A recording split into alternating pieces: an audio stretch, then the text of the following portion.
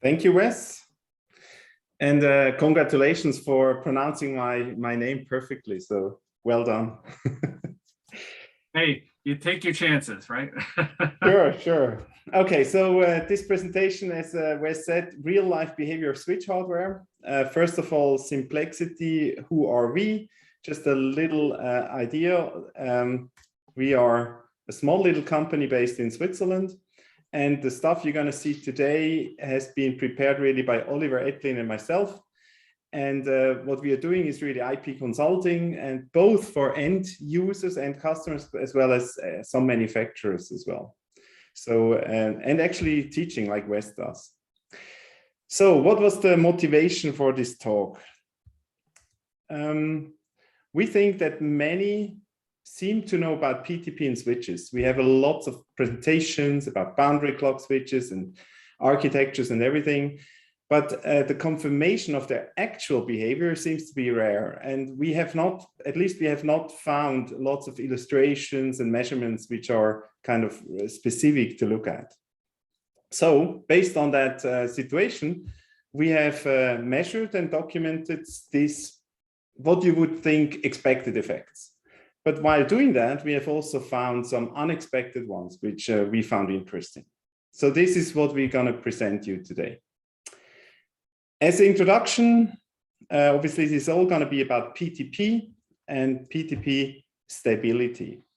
I think to really nail it down, what the key requirements of PTP stability are accurate timestamps. And when I say accurate timestamps, obviously the stamps in the packet must be accurate to a time reference, and this is happening on layer 5. So whatever stands there must be actually correct and matching the time reference. That being said, it also means that the network by itself, now this is the wire in the network without any special PTP capabilities, should not introduce any packet jitters. And packet jitter would actually obviously make the timestamp inaccurate. And while this is, pretty easy to do with a proper network design, it is a challenge in pre-existing networks, so which are not PTP capable just because they are not.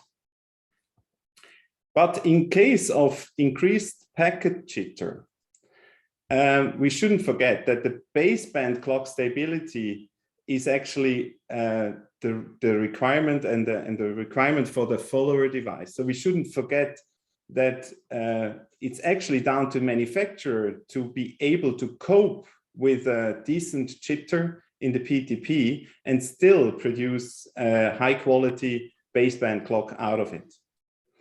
And that means that actually fast locking devices in terms of PTP are not necessarily better than slower ones. And I've seen people evaluating products, and one of their tests was, how long does it take to lock to PTP?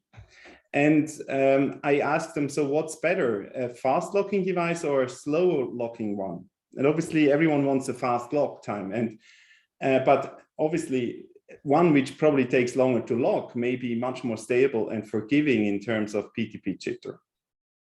And another note on that one, what does locked really mean? The status is actually not black and white. It really means that the follower has to obviously adjust to the incoming PTP, and that's not going to happen just yes or no. It's a gradual thing, and the status locked really means it's down to manufacturers to declare what it really means.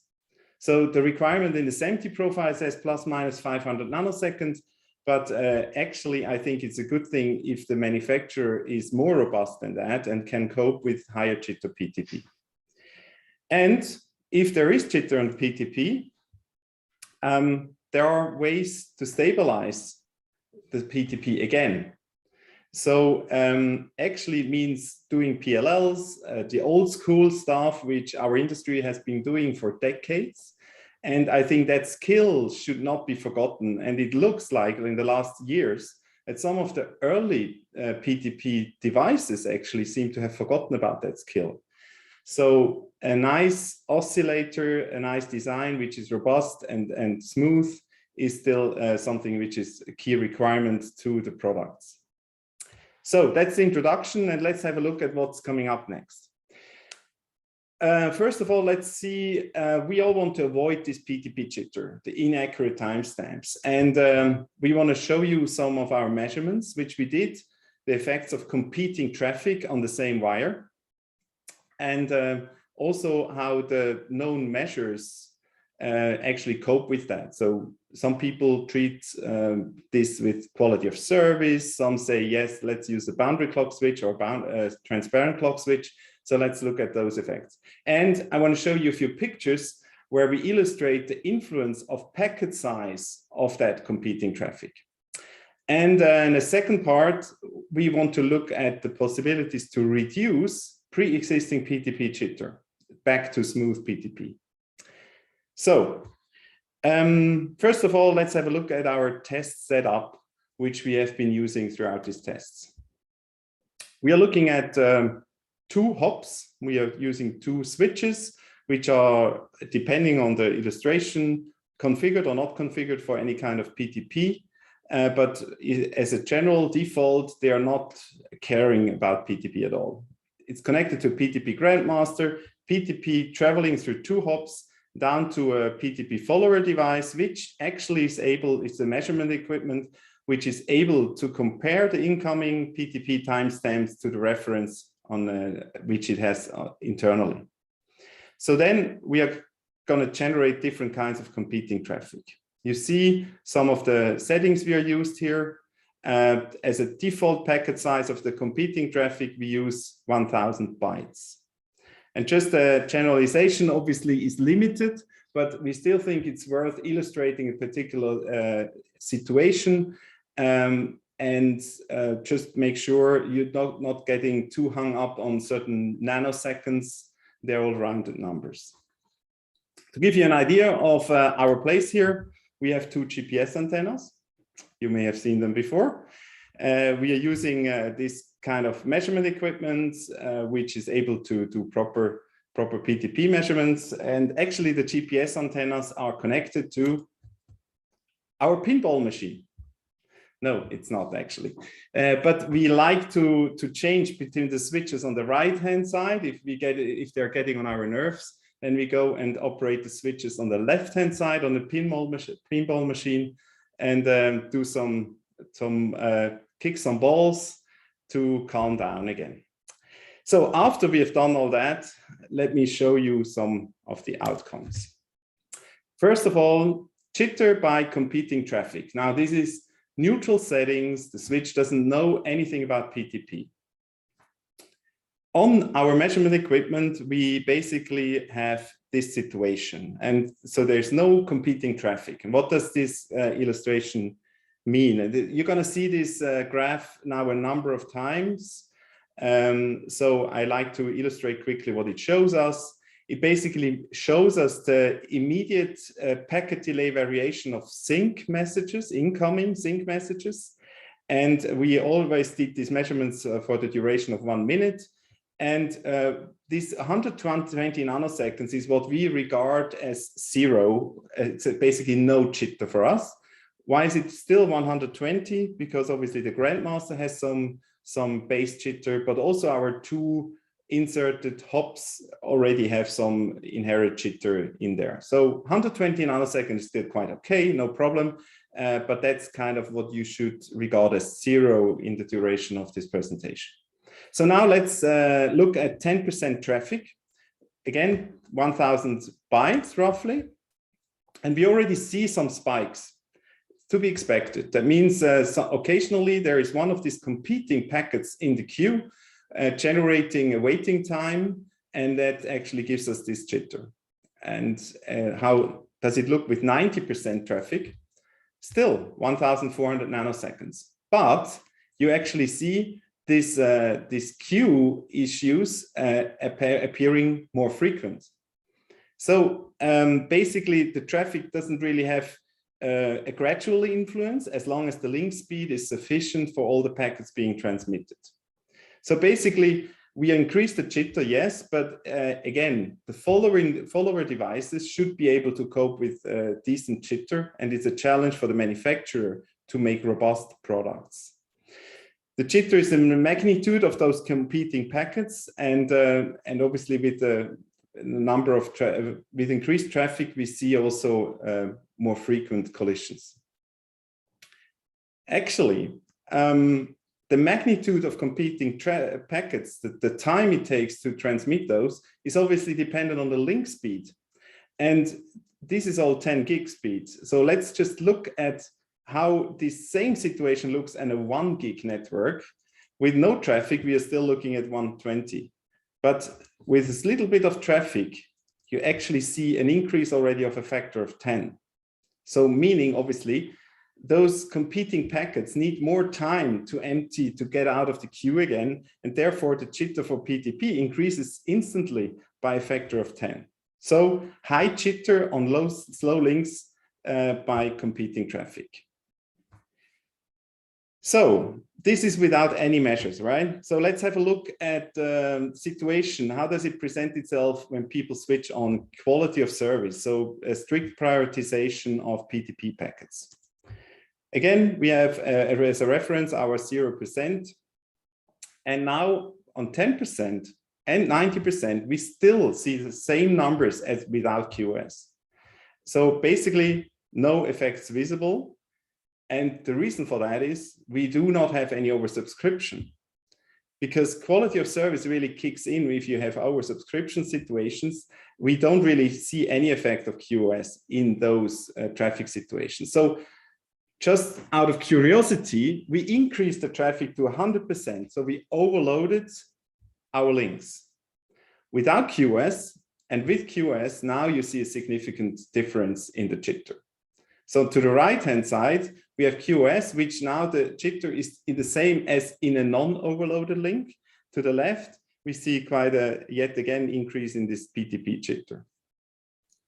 So the observation is QoS helps in oversubscribed situations only and reduce the jitter to the magnitude of 1 packet of the traffic.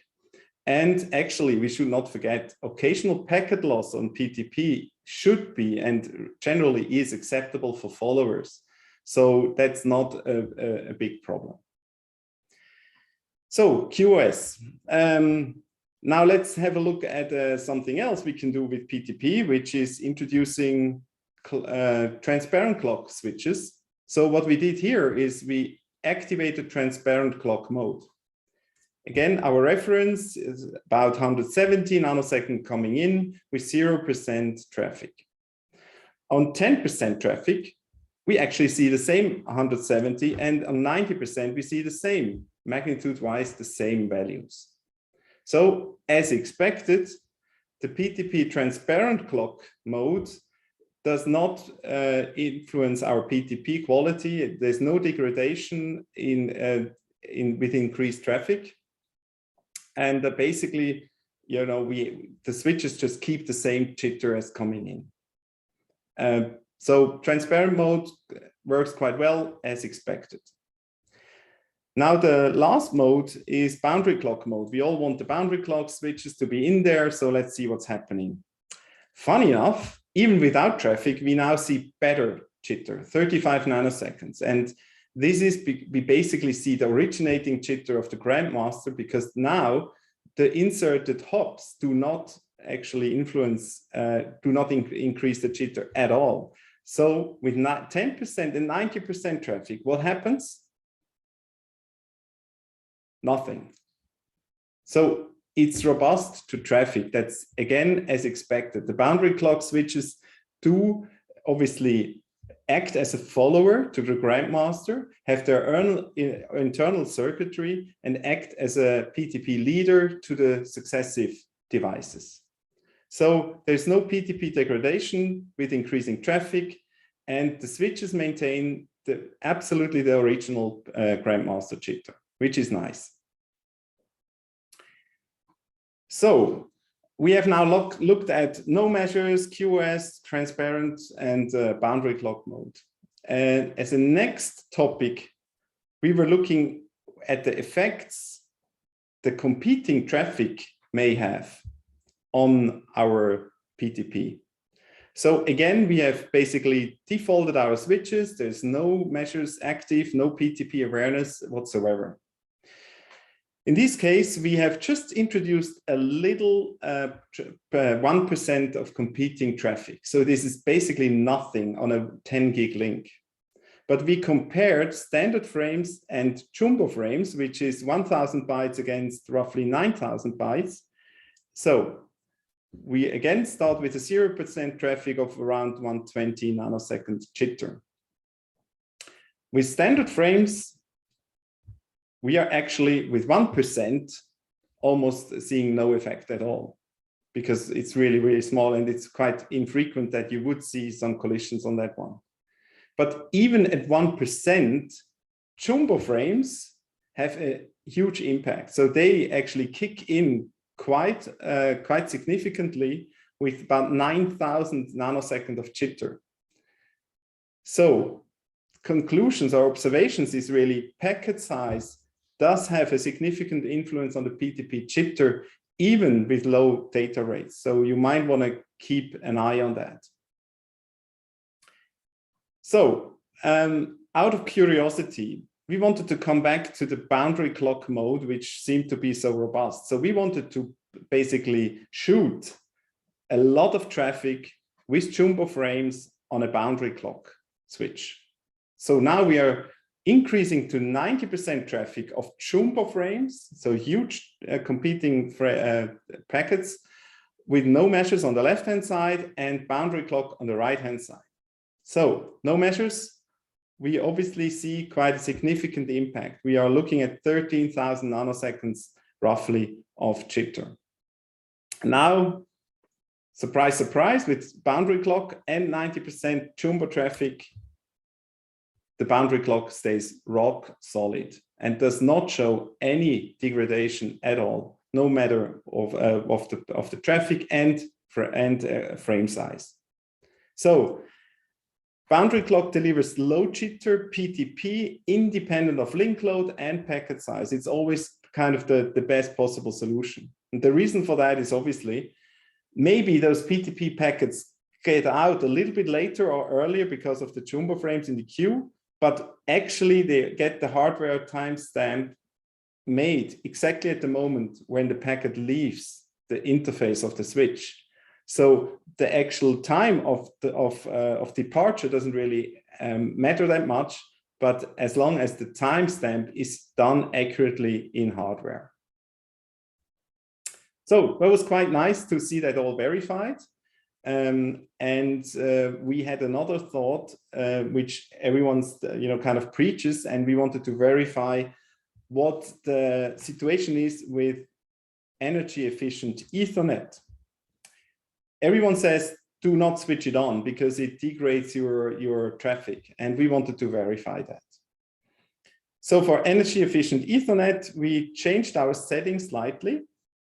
We had two switches, and in this case, it was kind of a cheaper switches on 1 gig because they tend to have those energy saving functions in. And we basically just had them in a row. There's no competing traffic whatsoever. And we just switched energy efficient Ethernet on and off. So we compare these two things. The disabled energy efficient Ethernet shows our well-known roughly 120 nanoseconds. And now we enable this energy efficient Ethernet because I really like to save energy. We are looking at spikes like this that are really like going up to 17 microseconds of delay. So we must assume that those switches actually queue up some of the messages and then actually probably put them out as bursts.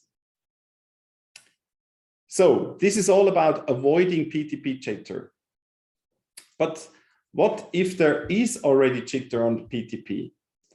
And we were somehow expecting that boundary clock switches may be able to restore a lower jitter PTP because they have their internal oscillator, right?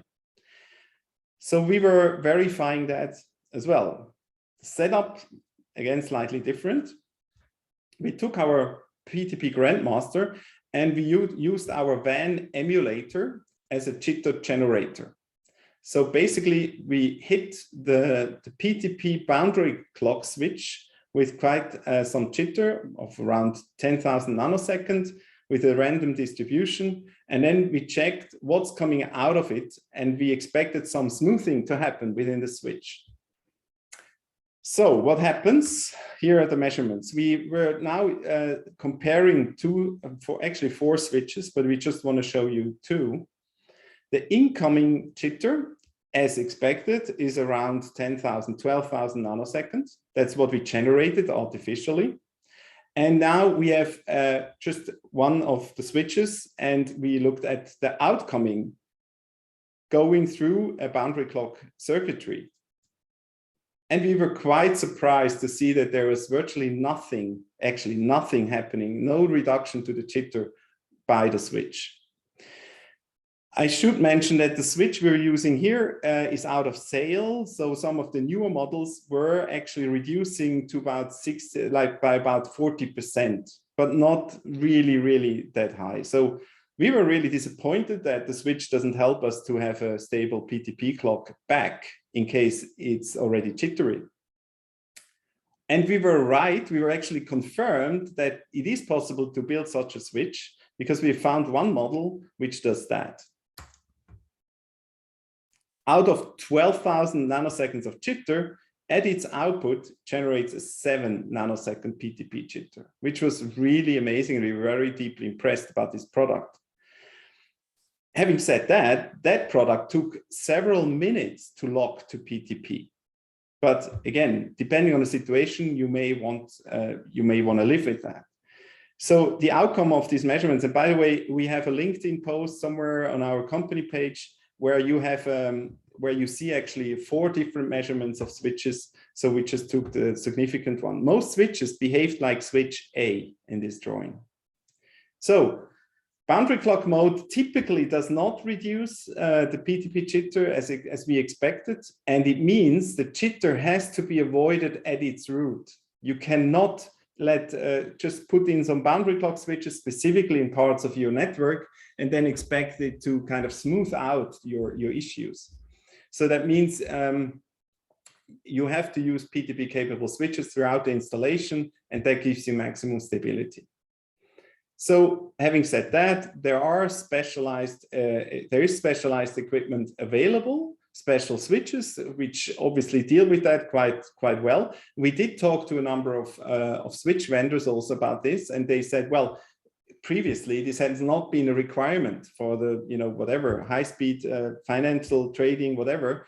They do not care about that jitter as we do. So maybe over time you will see that issue. If you ask the vendors often enough, maybe they do something about it.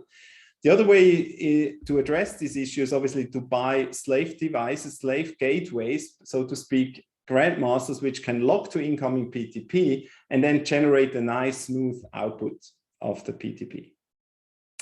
So having said all that, conclusions. We have verified some expectations. That we have verified that in non-PTP aware installations, QoS shows any effects only in oversubscribed situations.